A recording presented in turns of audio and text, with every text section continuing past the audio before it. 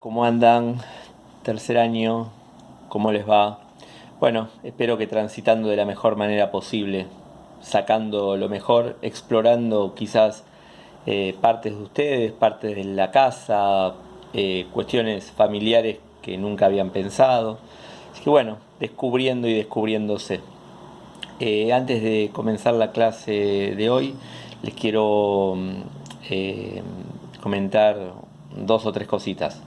La primera es que si por favor tienen alguna duda, alguna pregunta, les cuesta la materia, les cuestan los textos, que me lo hagan saber en forma privada, que me envíen un mensaje. Vieron cómo me mandan cuando me envían un trabajo práctico y me comentan.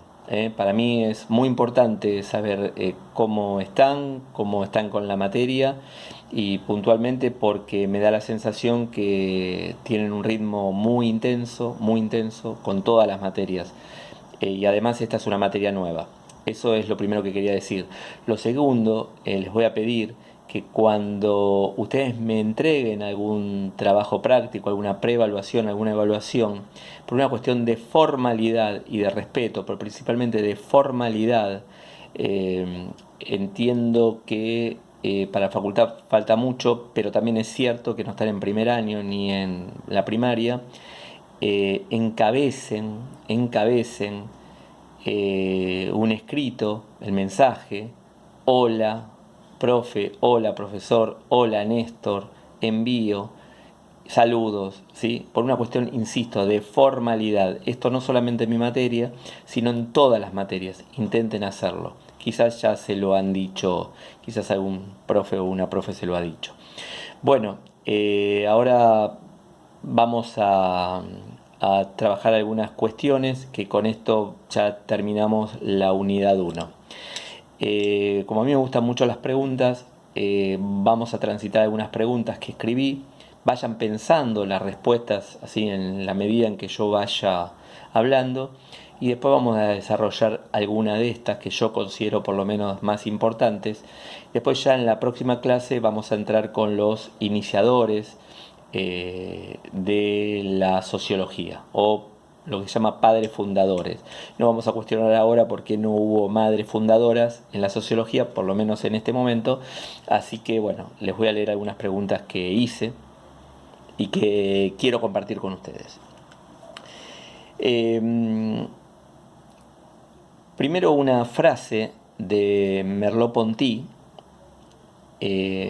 un sociólogo, que pregunta lo siguiente. Hagan de cuenta que se lo está preguntando a ustedes, me lo está preguntando a mí. ¿Sabría que estoy preso en el mundo y que estoy situado en él si verdaderamente estuviera preso y situado en él? Repito. ¿Sabría que estoy preso en el mundo y que estoy situado en él, o sea, en el mundo, si verdaderamente estuviera preso y situado en él? Bueno, a partir de ahí uno podría preguntarse si es posible analizar una sociedad siendo parte de la sociedad. Preguntas. Claro, ¿qué es la sociedad? ¿Podemos reflexionar entonces sobre la sociedad? Eh, Nosotros actuamos libremente, esto creo que algo de esto yo planteé la vez pasada, ¿actuamos libremente o estamos de alguna manera sujetos, sujetas a condicionados, condicionadas a la realidad social y cultural que nos atraviesa?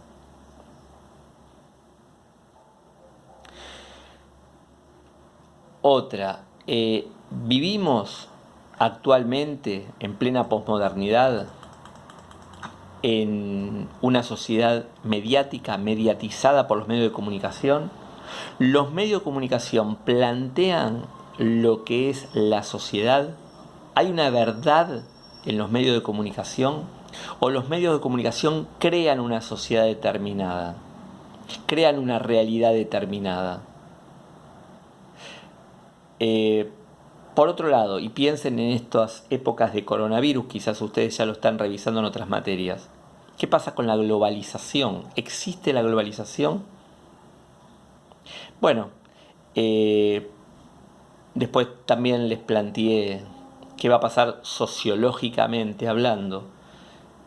Por eso les pasé un artículo que hablaba del tema de los saludos y de las cuestiones que nosotros teníamos naturalizadas. De hecho, muchos de ustedes en el trabajo, en la actividad 3 planteaban cómo de alguna manera fueron hasta, quizás hasta padeciendo los modos de vida que tenían hasta un momento, ¿no? Muchos de ustedes decían, bueno, ahora extraño verme con amigos, me doy cuenta que a cuestiones que eran insignificantes ahora les doy mucha importancia, etcétera. Entonces, planteando así, yo les decía la vez pasada, citando a Bourdieu, que la sociología incomoda. La sociología es intrusa. ¿Qué es algo intruso? Algo que se mete en la intimidad, parecería. ¿En la intimidad de qué en este caso? En la intimidad de una sociedad. Porque la sociología cuestiona los hábitos, los comportamientos, las acciones sociales, no de una persona determinada, porque ahí estaría la psicología, sino de una sociedad determinada. Podríamos decir que hay cuestiones naturales, como decíamos en un momento, por ejemplo, comer, beber, dormir. El tema es que hay sociedades que se manejan de una u otra manera en relación a esto biológico. Por lo tanto, no podemos diferenciar en una sociedad, en un ser humano, lo biológico de lo social y de lo cultural. Es más, no se puede pensar a un ser humano, una sociedad, sin una cultura determinada, sin hábitos determinados, que van a estar condicionados por una sociedad determinada, y lo biológico. El tema es cómo tengo acceso a eso biológico. Quiero decir, por ejemplo, esa sociedad, como les decía la vez pasada de Santiago del Estero, duerme la siesta y entonces se dice de esa sociedad, por ejemplo, yo creo que les dije, si no, perdón, es déjà vu, y lo decía en otra materia, por ejemplo, se dice los santiagueños son vagos. Para los que conocen Santiago del Estero y han ido en el verano haciendo 50 grados en la sombra, uno podría decir que no son vagos, sino que de alguna manera esas personas que viven en Santiago del Estero necesitan dormir la siesta, o por lo menos necesitan no salir a la calle por una cuestión, por el calor que hace. Entonces uno podría decir que ahí lo biológico, el dormir, está asociado con una cuestión geográfica, de clima. Por otro lado, cada uno de nosotros tiene internalizado qué tipo de sociedad es esta. Por ejemplo, la sociedad porteña o la sociedad argentina. Pero a veces ni siquiera especificamos y decimos, esta sociedad tal cosa. ¿Podemos cambiar la sociedad? ¿De qué depende cambiar la sociedad? Entonces, nosotros podemos pensar que toda ciencia, todas las ciencias tienen un objeto de investigación, en este caso es la sociedad, para la sociología, y tiene un sujeto que conoce, que investiga. Ahora, por eso yo les decía anteriormente, ¿puede una persona, siendo parte de la sociedad, estudiar la sociedad? Les pregunto. A ver, pensemos. Entonces la sociología, o por lo menos yo quiero plantear tres tensiones, algo que está tenso, que tensa dos partes. La primera vamos a llamar la primera tensión subjetivismo, objetivismo. Subjetivismo viene de sujeto, objetivismo viene de objeto. ¿Qué es una persona objetiva? Se supone que una persona objetiva, por ejemplo, yo puedo ser objetivo diciendo esto es un mouse. y 10 personas que conozcan lo que es un mouse van a decir que esto es un mouse. Ahora, quizás una persona que no haya visto nunca un mouse puede decir que es una cucaracha. ¿Qué es? Es una cosa, es un objeto. Pero las personas que conocen un mouse, objetivamente, como podemos decir, por ejemplo, objetivamente, que una persona tiene una cabeza y que tiene 2 ojos. Más allá del tipo de ojos que tenga, de qué color sean. Eso es objetivo. Subjetivo, el subjetivismo plantea que todo tiene que ver con la mirada que el sujeto, que la persona tiene. Por ejemplo, había un filósofo alemán llamado Kant, con K, K-A-N-T, que decía: si yo me pongo anteojos azules, voy a ver la realidad azul. Si me pongo anteojos rojos, voy a ver la realidad roja. Por supuesto que es una metáfora. Entonces la tensión es esa. Por un lado, el objetivismo va a decir, hay cuestiones en la sociedad que son objetivas. Y el investigador o la investigadora, el sociólogo o la socióloga, tiene que ser objetivo o objetiva. Y decir, tal sociedad funciona de tal manera. En cambio, el subjetivismo dice no, porque como la ciencia está atravesada por intereses, o sea, yo investigador, yo sociólogo, estoy condicionado y atravesado por una educación determinada, por unos conocimientos determinados, por prejuicios determinados, por saberes determinados, por ideologías determinadas, quizás yo vea cuestiones en la sociedad que no vea otra persona. Entonces, ¿se puede pensar a la sociedad objetivamente? Esa es una tensión. Les dejo para que lo piensen. La otra tensión es la tensión estructura-sujeto, estructura-persona. Lo que les decía al principio de la clase. Somos, o sea, los que plantean las cuestiones que existe la estructura van a decir que la estructura de una sociedad, condiciona a las personas. Esto es, las personas nos comportamos en una sociedad determinada por las estructuras sociales. Ya volveremos a esto. En cambio, las teorías que hablan del sujeto humano van a decir que es el sujeto que modifica la sociedad.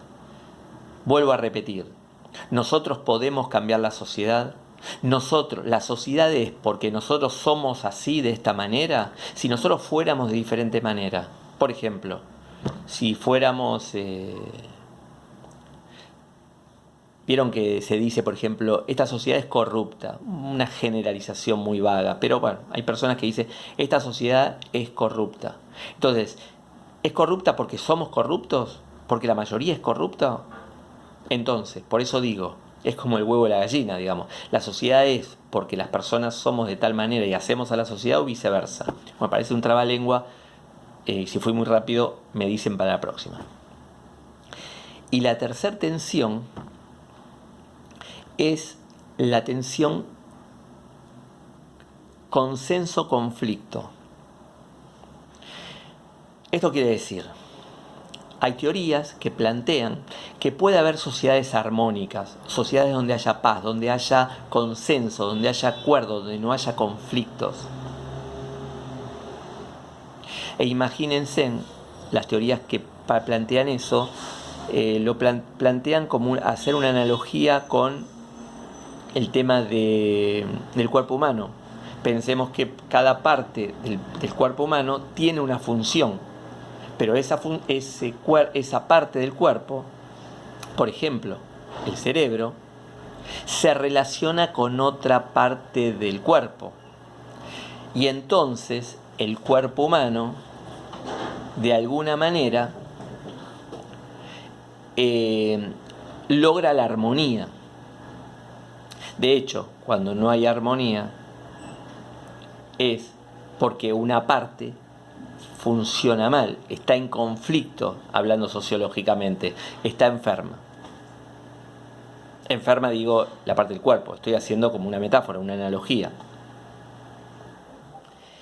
Y por otro lado, hay teorías que plantean todo lo contrario. En realidad es imposible que haya una armonía porque siempre va a haber lucha de clases, va a haber lucha de intereses, va a haber, por ejemplo, conflictos étnicos, conflictos políticos, conflictos sociales, conflictos raciales. Por lo tanto, nunca puede haber un consenso absoluto, porque va a haber intereses diferentes. Piensa en las clases sociales. Cada clase social va a tener determinados intereses. Entonces no va a haber nunca consenso. Bueno, esto para pensarlo. Espero que se haya comprendido. Entonces, repaso. Primer tensión, objetivismo-subjetivismo. Segunda tensión, sujeto-estructura o estructura-sujeto. Ahí sí, el orden de los productos no altera el resultado. Y tercero y último, conflicto-consenso. Bueno, por último, por hoy, prometo lo último, les voy a plantear lo que es el sentido común, la diferencia con el conocimiento sociológico, así ya nos metemos en la próxima con el conocimiento sociológico. Yo puedo decir, desde el sentido común, que imagínense en un colectivo, bueno, ahora no sé cómo será la vida en un colectivo, pero por lo menos antes, casi todos, todas, hemos viajado en colectivo, y viene lleno. Entonces hay personas que dicen, no, yo me voy a ir al fondo, porque si yo me voy al fondo, posiblemente consiga asientos más fáciles, hay más posibilidad de que consiga sentarme. ¿Por qué? Porque atrás hay 6 lugares, hay uno al costado, y si yo me pongo, por ejemplo, en el de adelante, que es solamente hay un asiento, voy a tener menos posibilidades. Por supuesto que juega el azar, ¿no? Las cuestiones, vamos a decir, que no podemos controlar, socialmente hablando. Y eso es sentido común. El sentido común está basado en la experiencia. Está naturalizado. Las cosas son de tal manera. Del sentido común, piensen ustedes qué situaciones de sentido común que ustedes dicen, y es lógico, entre comillas. Y es así. En cambio, el conocimiento sociológico no tiene en cuenta el sentido común, sino que investiga, tiene un método científico, un método sociológico. Se basa en la experiencia, pero articula con la teoría. Entonces no naturaliza nada. Por ejemplo, desde el sentido común, en mi época cuando yo era adolescente, se decía